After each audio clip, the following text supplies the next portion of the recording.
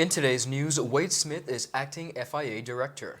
Weekend bar shooting leaves one injured, one dead, and another injured in marine accident near Guana Island. John Samuel to head BVI Ports Authority. Several earthquakes jolt Puerto Rico, and Iran and U.S. clash. These and more stories when 284 News returns. Is business slow? Cash flow down? Hosting an upcoming event? We can help. Advertise with 284 Media and take your business or event to the next level by enhancing your present marketing and messaging strategies. Allow our team of experts to create a personalized ad that sets your business apart from all the rest. This could be your business or event. So, what are you waiting for? Contact our marketing team at 284media at cctbvi.com. Advertising with us works. When you need to stay connected with friends and families at home or abroad, the best choice for you is Freedom. CCT Freedom. With the lowest rates in the market, our Freedom plan gives you unlimited calls and texting. Plus, our Freedom One package includes 10 gigabits of super fast, unlimited LTE data and unlimited calls to the BVI, USA, USVI, Canada, Puerto Rico, and UK lines. Why pay for overages when you can enjoy CCT Freedom? Stop by at one of our stores today and speak with one of our representatives to find out more about our CCT Freedom packages. Welcome, everybody. It's Monday, January 6, 2020. I'm Ron Grant. And I am Javon Wilson. Lots to get into today from local news, regional, and on the international scene as well. So let's get right into it. Topping our newscast today, Wade Smith, former Commissioner of Customs and 5th District Progressive Virgin Islands Movement candidate, has been confirmed as the acting director of the Financial Investigation Agency. Mr. Errol George, long-standing director of the agency, is presently away on study leave. Smith's role as the acting director of Financial Investigation Agency was confirmed during the recently held Standing Finance Committee meeting, which took place between November 20th to 29th, 2019 at the office of the House of Assembly in Rotown, Tortola. Additionally, like many other statutory organizations across the territory, the FIA may be contending with limited resources to carry out its 2020 mandate. Based on information received during the Standing Finance Committee report, the Financial Investigation Agency will seek to have certain offenses in its act and other related laws that cover matters that fall in the responsibility of the agency. The report detailed, and I quote, "There is an option to impose an administrative penalty as opposed to penalties being purely criminal.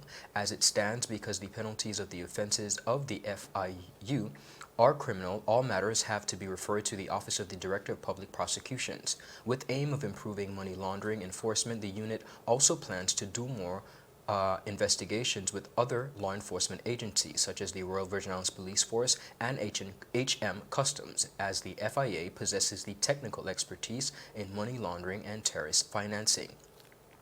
It is said that Criminal Conduct Act of 1997 also gives the director and investigation the powers to that of a police officer. The report also uncovered a 57% increase in suspicious activity reports. However, the agency was only able to analyze less than 4% of the SARs because of limited resources. The report further outlined that, and I quote, "The funds are limited and therefore the agency is left to rely on other agencies for support with specialized training with the Royal Virgin Islands Police Force and HM Customs rather than the costly sentiments of the agency." The FIA entered a $2.4 million budget, noting that it is needed in order to make sure that it runs at its full capacity and to make sure that the exercise is completed at a national standard. However, it was only granted $1.6 million amidst concerns that the amount does not allow the agency to meet its mandate and annual expenditures. After concerns were raised by opposition members, Honorable Julian Fraser RA and Honorable Mark Vanterpool,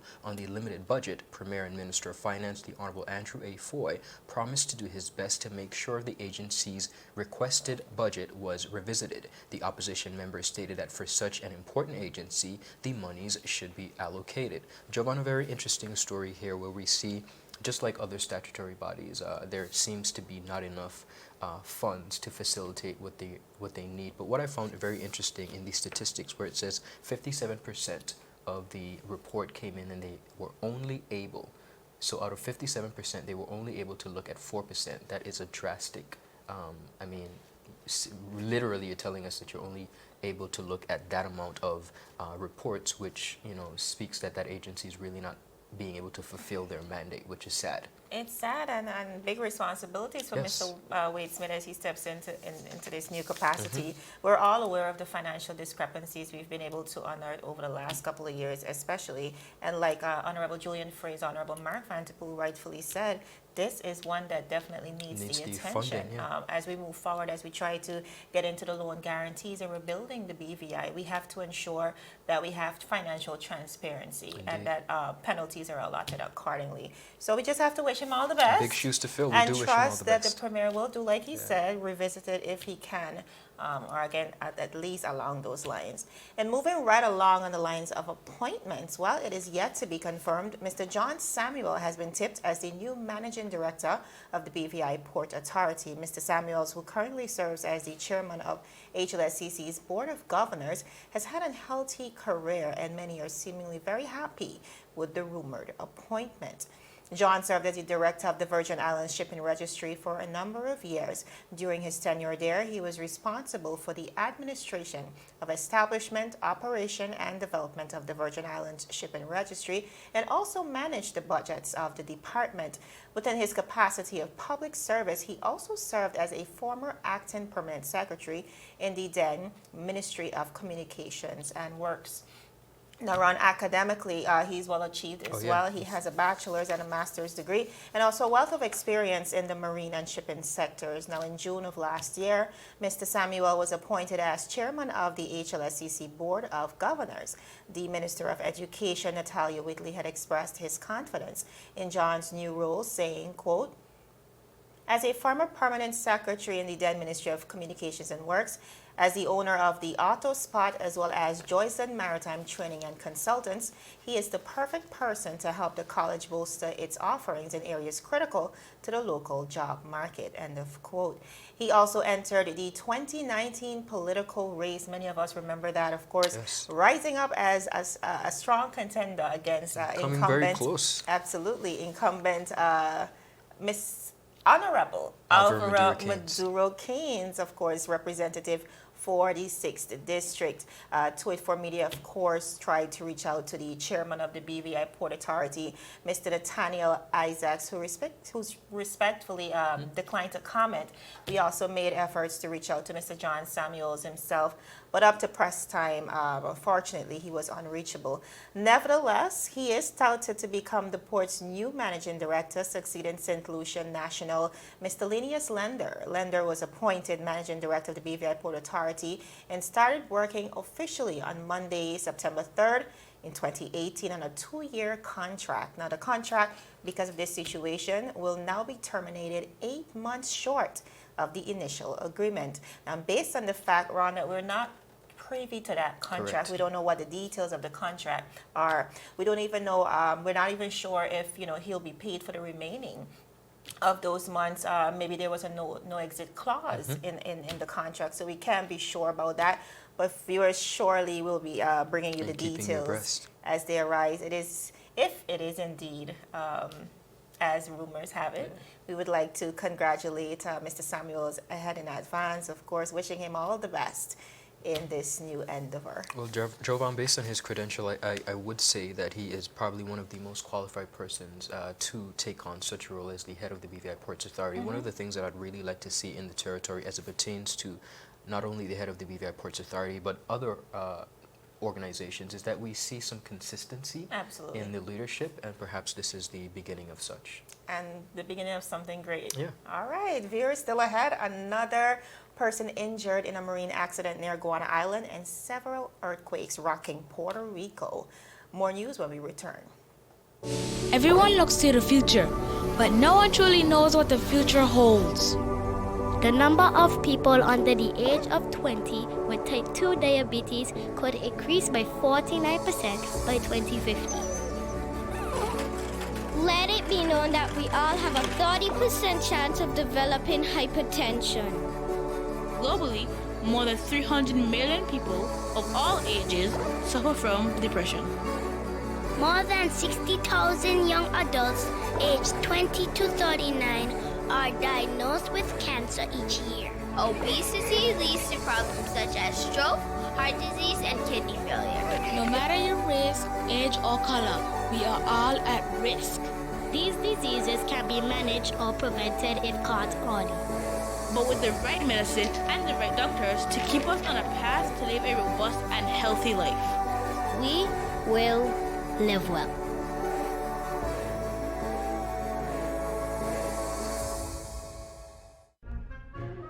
So you're saying I can ask this cat any question? The cat is connected to the computer. You just type in the question, it will read his mind. There the answer comes.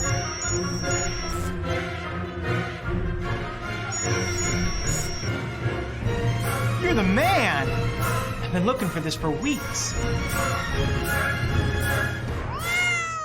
Brilliant Hands and Minds tutoring services, one-on-one tutorials in math and English, intense homework assistance, academic enrichment, school projects, effective communication and public speaking development, sign language for adults and children on Saturdays only.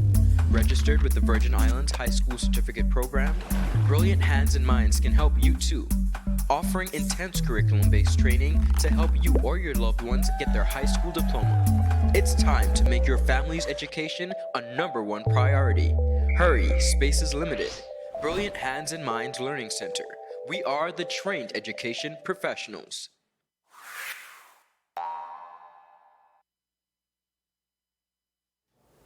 Viewers, welcome back. Now on to a very sad story. The Royal Virgin Islands Police Force reported the death of 58-year-old United States citizen John LaGrosse. Mr. LaGrosse, who was vacationing in the territory, died as a result of a marine incident while snorkeling on January 3, 2020 near Guana Island. A female also sustained serious injuries and was transported to Dr. D. Orlando Smith Hospital for treatment. Of course, the matter is currently under investigation and their families are being kept updated on the progress of the police investigation. Jovan, this is something we've continued to see over and over. It's like very a trend. unfortunate where a lot of our visiting tourists come to the Virgin Islands to enjoy our waters and end up losing their life. I'm not sure what could be done locally from a VISAR perspective, from a marine perspective, from a BVI tourist board perspective, as well as from the perspective of the Royal Virgin Islands Police Force. But in protecting our borders, we also want to protect and make sure that all persons that are enjoying the water have some sort of a knowledge as to the dangers that they could possibly face, because it's quite unfortunate. The last one was Christmas Eve, I believe. Either Yes. Christmas Eve or Christmas Day.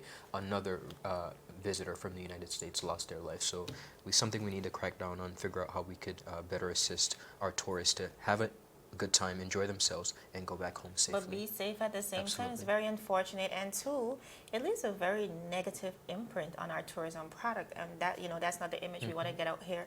We remember how the murders, I should say, similar situations. I should not say murder. I don't know for sure what happened. Similar situations in the Dominican Republic. Correct, yes. Several tourists coming to the island and dying as a result. Well, mysteriously, so we don't know for sure. But it really leaves a negative imprint on the tourism And product. though no it's fault really of our hard. own, they're persons enjoying themselves. But I think more could be done possibly on our Absolutely. end, just to The make awareness sure that aspect. education is out there. Absolutely. Moving right along, viewers. Terrible news in Puerto Rico. A 5.7 magnitude earthquake hit Puerto Rico this morning, causing some damage and power outages. The quake hit just 9 miles off the coast of Guanica. Several minor landslides are reported around the island. Officials say this was the strongest quake since tremors began over a week ago. Those earthquakes have ranged in magnitude from 4.7 to 5.1, but there were no tsunami warnings issued. The 5.7 magnitude earthquake that hit Puerto Rico just before dawn today unleashed small landslides and caused major power outages, severely cracking some homes, as you can see in the pictures here. It was one of the strongest quakes to hit the United States territory. Now, while there were no immediate reports of casualties, there were significant damages. Again, flashing across the screen, many homes damaged as a result of the quake. It was followed by a string of similar tremors, including another earthquake measured at the magnitude of 5.0 that struck later today around 10:51 this morning, shaking the power lines and, of course, frightening residents of southern Puerto Rico who had been waiting outside their homes due to fears of the buildings supposedly collapsing. Helicopters buzzed overhead as terrified residents jumped up from their folding chairs every time the earth shook, yelling at others to step away from the power lines. Now, few people dared to go back inside their homes, but Jose Quintanans, 54, he had no choice. His 80-year-old mother had heart problems and, of course, was lying in bed. He went inside to assist his mom. Now, dozens of people in the neighborhood called Hope in the southern town of Guanica walked around with their phones and yelled to the magnitude of the latest earthquake as they tried to, calm the children who were forced to open their presents. And today is Three Kings Day in Puerto Rico, forced to open their presents outside. And this is, of course, a religious holiday. Many of those same residents taking to social media reporting these strong tremors. Now, as expected, experts are duly concerned about what this means for the region. And after reaching out to DDM today, we were told that the BVI will be brought up to speed shortly, hopefully by tomorrow, on this new unfortunate series of events. Now, Ron, I know whatever happens in the region is automatically connected to us, being that we're within the same hurricane, or I should say natural disaster region. So it's very concerning when things like this happen so close to home, and we just have to definitely wish the people of Puerto Rico all the best.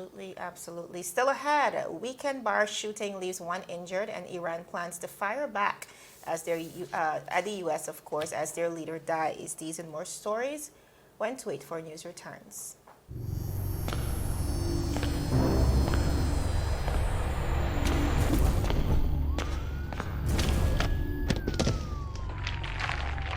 What are you really running for, boss? You could have bust a hole in your head. But see, with the competition, which means you're about to bust a hole in your pocket. I could get my modem, please. Anyhow, I got something huge to show you. I gotta be sick in your head. The whole on string bean, Tina kind of party. Check this. That's LTE1 for just about everyone. LTE2 for you and your boo. And hold on. Bam! Rate so low, you feel like you're free. That's LTE3 for you and the whole family. Save even more on your internet with new pricing from CCT. Get LTE 2 now for only $149. Get LTE 3 for the new low price of $189. All packages are unlimited, so there's no overage charge. You don't have to run into Chaz for savings. Just stop by our store and sign up today. Come on over to CCT. Life Unlimited.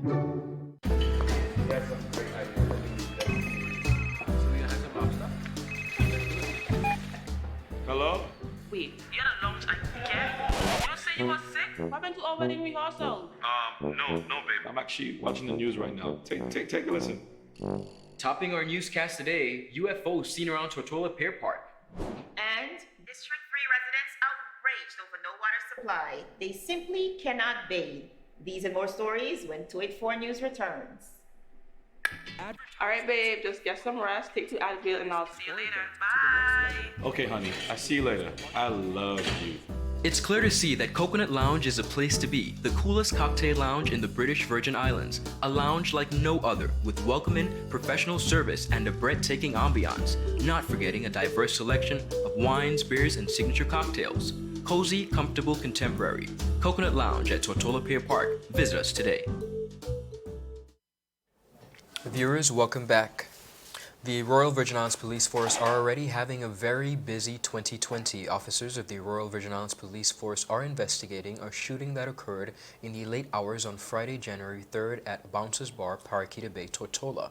A report of gunshots being fired at Bouncers Bar, Paraquita Bay was received after 11 o'clock Friday night. Upon arrival, officers of the Royal Virgin Islands Police Force learned that one person was injured in this incident and was transported to the Dr. D. Orlando Smith Hospital by private vehicle, where he underwent treatment for his injuries. Persons with information into this incident are asked to contact the Royal Virgin Islands Police Force Criminal Investigations Department through their access number 311. Persons can also call the Royal Virgin Islands Police Force Intelligence Unit at 368-9339. All information will be held in the strictest of confidence. Very unfortunate way to Yes. start the year. I know this is definitely not a trend we're looking forward to in 2020. So viewers, we are imploring you. In so many cases too, we have many cases that are still unsolved. Absolutely. Persons are not necessarily coming forward. You know, sometimes With you might be information, termed they're as not willing, a snitch. But we want to ensure that we keep crime under control in the British Virgin Islands. We have way too much to lose at the expense of crime. I agree. Moving right along, major developments on the international scene. Qasem Soleimani, one of Iran's most powerful and controversial figure, was killed by a U.S. airstrike ordered by President Donald Trump at the Baghdad International Airport on Friday. He was hailed as a hero to Iran, brave, charismatic, and beloved by the troops and considered a living martyr of the revolution. But the United States viewed Iran's top general as a ruthless killer. He was head of the Revolutionary Guards Quds Force, an elite unit that handles Iran's overseas operations, and one deemed to be a foreign terrorist organization by the United States. Now, as a result of the killing, the U.S. and Iran are on heightened alert after a weekend of military action. So here's how it unfolded. Days after President Trump ordered a drone strike that killed Mr. Qasem, the powerful commander of Iran's elite Quds Force, the U.S. is bracing for possible retaliatory actions by Iran. Now, before the strike, the U.S. had been pushed to the brink of retaliation against Iran or its proxies on multiple occasions, specifically after attacks last summer on oil tankers in the Persian Gulf and oil facilities in Saudi Arabia, and Iran's downing of a U.S. drone in June. Now, over the past few weeks, a number of things have happened, troubling, some might say. On December 27th, a rocket attack believed to be linked to the Shiite militia group backed by Iran's Islamic Revolutionary Guards Corps killed a U.S. civilian contractor and wounded several U.S. and Iraq military personnel on a base near Iraq. On December 29th, U.S. forces fired back and conducted airstrikes at 5 facilities in Iraq and Syria controlled by a Shiite military group known as Kataib Hezbollah, the group that American officials blamed for the attack of the base near Kirkuk. Now, on December 31st, pro-Iranian protesters demonstrating against the American airstrikes attacked the U.S. embassy in Baghdad, scaling walls and forcing the gates open. On January 3rd, President Trump ordered a precision drone strike at the Baghdad airport to, quote, terminate Soleimani, a top Iranian commander who was plotting, quote, imminent and sinister attacks on Americans' diplomats and military personnel. Now, others were killed in that attack, of course. Now, fast forward to January 4th. Iran vowed retaliation against the U.S. in response to the strike. If Iran targets any Americans or American assets, Trump said he would sanction specific military strikes against Iranian cultural sites, which could, of course, amount to a war crime. Now, that's the major concern we've had over the last couple of days. Trump made these claims public as he tweeted, and I quote, as you can see on the screen, targeted 52 Iranian sites representing 52 American hostages taken by Iran many years ago, some at a very high level and important to Iran and the Iranian culture, and those targets and Iran itself will be hit fast, and very hard. The U.S. wants no more threats, end of quote. Now, on January 5th, Soleimani's body arrived in his own country, where thousands ran, and you could see stretch for miles. They were mourning, screaming, crying, as of course mourning the death of their leader. Meanwhile, Jen Hossein, the military advisor to Iran's supreme leader, told CNN in an exclusive interview that Tehran would retaliate directly against U.S. military sites. Now, Ron, very dangerous developments on the international And we absolutely scene. have to keep close, because one of the things that a lot of persons fail to understand is, as simple as we might take it, a lot of these events and a lot of these happenings do affect us here in the Virgin Islands. Absolutely. And apart from the fear that it's put into the lives of many, especially in the United States, I think it is imperative that we pay close attention to it, which we will be doing. We have to. The British Virgin Islands is, like I said, interdependent. We trade with the United States. About 80 to 90% of our imports come from the United States. A big chunk of our tourists are from that region as well. So we have to be duly concerned. And, you know, I was watching an interview that Oprah did years ago with President Barack Obama and his wife, Michelle Obama. And, you know, he made a comment at that time, probably around 2011, saying America is at the most dangerous times it's ever seen. And she was like, you know, we've had worse times. We've had the wars and stuff. Why would you say that? He said, because now our world is so interconnected. Absolutely. So, you know, our problems now belong to them and their problem belongs to us. So we have to make sure we're paying attention to things on the international scene. Similarly with the United Kingdom, what's happening there, it eventually trickles down to the British Virgin Islands. So that's just it. Yeah, and how was your weekend? It was good. Awesome. That's a good switch. Yeah, I like that. Hey, we just came out of a short weekend, but it's Monday and we're back to work. So. I actually had a long weekend because I wasn't so well on Friday, but recovered well over the weekend.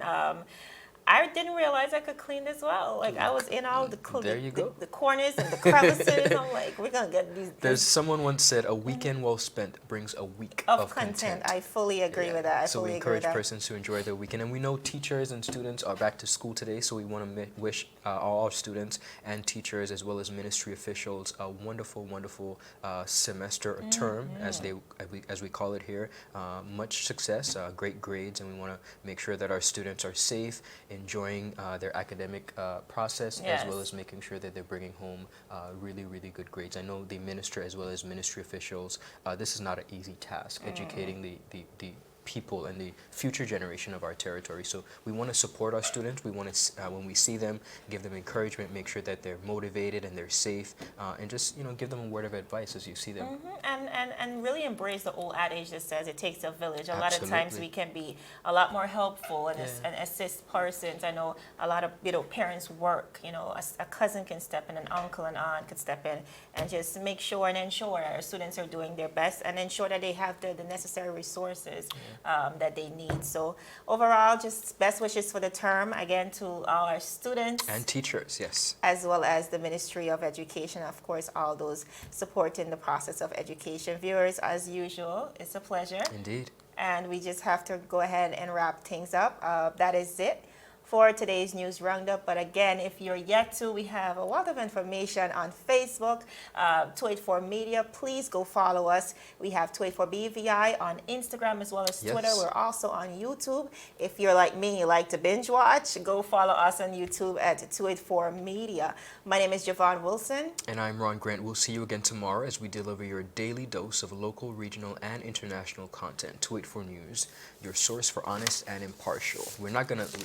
2020, we sticking with the honest and impartial. You guys we're not going to switch it up. Yeah, you're going to get it raw. So join us again tomorrow. Happy Monday, everybody. It's been said, sticks and stones may break bones, but words don't hurt me. That could not be further from the truth.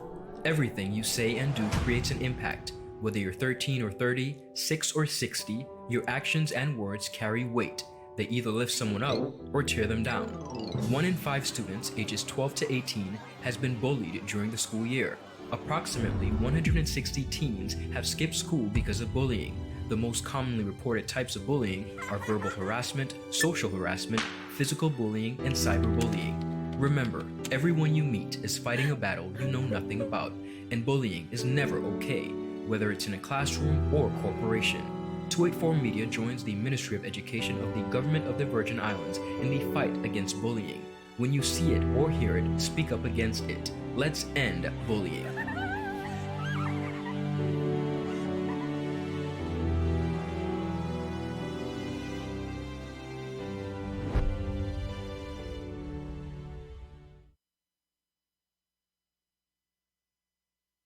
When you need to stay connected with friends and families at home or abroad, the best choice for you is Freedom. CCT Freedom.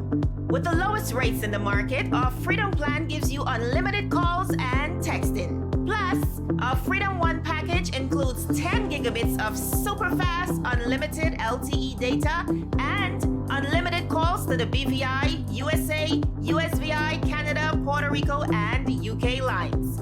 Why pay for overages when you can enjoy CCT Freedom? Stop by at one of our stores today and speak with one of our representatives to find out more about our CCT Freedom packages.